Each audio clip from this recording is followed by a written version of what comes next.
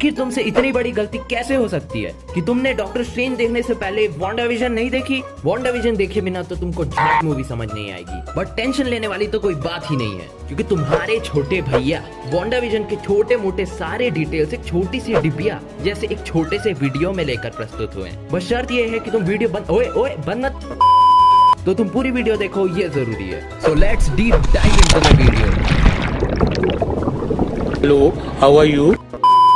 तो इस कहानी की शुरुआत होती है क्योंकि ये कहानी थोड़ी सी घुमावदार है, तो शुरू से क्रोनोलॉजिकली शुरू करते हैं। तो हमारी कहानी की शुरुआत होती है वांडा के बचपन से, as always sweet and adorable.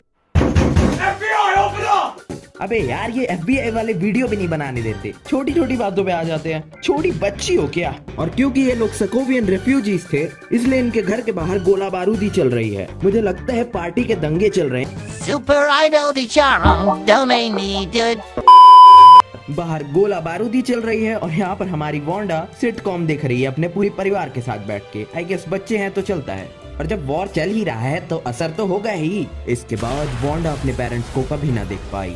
इस हादसे से वांडा और पिएट्रो बच जाते हैं, और उसी वक्त एक और न्यूक्लियर मिसाइल उनके पास आके गिरती है। अब वो फटी नहीं, क्योंकि शायद धूप में नहीं सुखाया होगा, इसलिए फुस हो गई। Now cut to the next scene, और हम लोग हाइड्रा के टेस्ट चेंबर में है। जैसे कि हम लोग को पता है कि वांडा हाइड्रा की एक वॉलंटियर होती है, और इसलिए उन लोगों के ऊपर एक्सपेरिमेंट्स किए जा रहे हैं। यहाँ पर वांडा हम लोगों को एक चेंबर में दिखती है, और उसे बोला जा रहा है कि जाकर लोकी के स्पेक्टर में से माइंड स्टोन लेके आओ। सच्ची बता रहा हूँ, ये हाइड्रा के लोग बहुत ज्यादा हरामी है मेरी।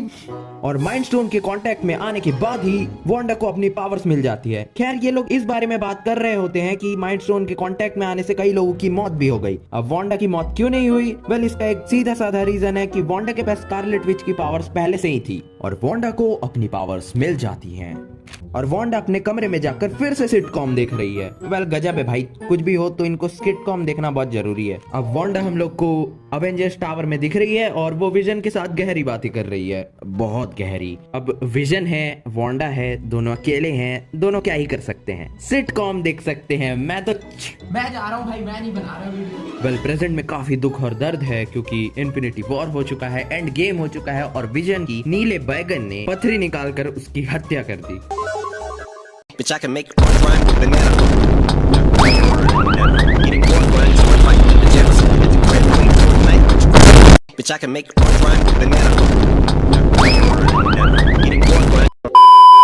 और क्योंकि विजन की बॉडी वाइब्रेनियम से बनी थी, इसलिए उसको स्वॉर्ड के डिपार्टमेंट में रखा गया है। अब स्वॉर्ड भी शील्ड की तरह एक ऑर्गेनाइजेशन है जो दुनिया को बचाने में हेल्प करता है। मतलब स्वॉर्ड भी है, शील्ड भी है। अब आगे करची, कटार या फिर होस भी देखने को क्यों ना मिले, हमको और ज्यादा अचंभा नहीं होगा। और हम लोगों को ये बताया जाता है कि वांडा विजन की बॉडी चुराकर अपने गोवा वाले घर में चले जाती है। गोवा नहीं है, वेस्ट व्यू है। अच्छा ठीक है। तो अभी से कुछ समय पहले वांडा और विजन दोनों ने वेस्ट व्यू नाम के एक जगह में अपने लिए एक प्लॉट खरीदा था, और वो सिटकॉम से काफी ज्यादा मेल खाता था। तो इसी प्रकार से वांडा ने फिर अपने चारों ओर एक एनर्जी फील्ड क्रिएट कर दी, और वेस्ट व्यू के सारे लोगों का माइंड मैनिपुलेट करके उसको एक सिटकॉम में कन्वर्ट कर दिया। अरे भैया, वांडा को सिटकॉम से इतनी ऑब्सेशन क्यों है? तो मुझे पता है कि तुमने सिटकॉम्स तो देखे नहीं होंगे, बट क्योंकि मैंने देखे हैं तो मुझे तो बताना ही पड़ेगा। तो सुनो, तो सिटकॉम में सभी कैरेक्टर्स की जो लाइफ होती है वो बहुत ज्यादा रोज कलर्ड होती है। अब रोज कलर्ड मतलब, अब चलो, तुमने तारक मेहता का उल्टा चश्मा ये सिटकॉम तो जरूर से देखा होगा, और तुम्हें पता है कि हमारे मेन कैरेक्टर जेठालाल के ऊपर काफी सारी मुसीबतें आते रहती है, बट एट लास्ट सब कुछ ठीक हो जाता है, सब कुछ परफेक्टली एंड हो जाता है।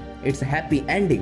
बट इन रियल लाइफ ऐसा नहीं होता है। जो मर गया सो मर गया, वो फिर से सही नहीं हो सकता। इसलिए सिटकॉम्स एक आइडियलाइज सोसाइटी है जो कि काफी ज्यादा गुलाब जैसी है, और रियल लाइफ काफी डीप और डार्क है, बिल्कुल किसी कांटे की तरह। ये सिटकॉम या फिर वेस्टर्न क्लासिक वाला रीजन ही एक ऐसा रीजन था जिसके कारण से मुझे ये सीरीज बहुत ज्यादा पसंद आ गई है। क्योंकि जब मैं थोड़ा छोटा था तब मेरे घर में टीवी था, और जब भी मम्मी पापा घर से बाहर जाते थे, मैं इंग्लिश चैनल लगाकर बैठ जाया करता था फॉर सम ऑब्वियस रीजन। उस टाइम इंग्लिश टीवी चैनल्स में भी बहुत सारे सिटकॉम्स दिया करते थे, तो मैं वो देखा करता था। मतलब बहुत सारे देख लिए थे उस टाइम में। और the suite life of Karan and Kabir या फिर बेस्ट ऑफ लक निकी हमारे लिए हमेशा ही नॉस्टैल्जिक रहेंगे, जो कि सिमिलर टॉपिक्स को ही फॉलो करते हैं। अब क्योंकि वांडा ने वेस्ट व्यू को एक सिटकॉम में कन्वर्ट कर दिया है, तो बाहर के लोगों को भी इससे प्रॉब्लम है। और हम लोग एक और कैरेक्टर से इंट्रोड्यूस होते हैं जिसका नाम है Monika Rambo. Monika Rambo Maria Rambo की बेटी है, जो कि कैप्टन मार्वल की बहुत अच्छी दोस्त है और स्वॉर्ड की फाइंडर भी है। और पूरे सीरीज का सबसे ज्यादा अद्भुत करिश्मा हमको देखने को मिलता है डार्सी लिविस। अब चलो यार, वांडा की जगह तो कोई नहीं ले सकता, बट फिर भी डार्सी जब आती है भाई, फर्स्ट लुक से ही मेरा उसने दिल जीत लिया। अब मार्वल से इसलिए मुझे प्यार है, खैर मुझे किसी और से ही प्यार हो गया इस वक्त तो, बट इनको हमने पहले भी थॉर की मूवीज में देख रखा है। जबकि पहले वो स्टूडेंट थी, अब वो फुल्ली प्रोफेशनल साइंटिस्ट है जो अब स्वॉर्ड के लिए काम कर रही है। और आधी से ज्यादा चीजें तो उसी ने ही सॉर्ट आउट कर दी, लाइक हैक्स के बारे में पता करना या फिर अंदर चल रहे वांडाविजन सिटकॉम को टीवी पर ब्रॉडकास्ट करना। मतलब वाह, ब्यूटी विद ब्रेन। यहाँ पर मोनिका अपने कलीग एजेंट वू के साथ वेस्ट व्यू की छानबीन कर रही होती है एंड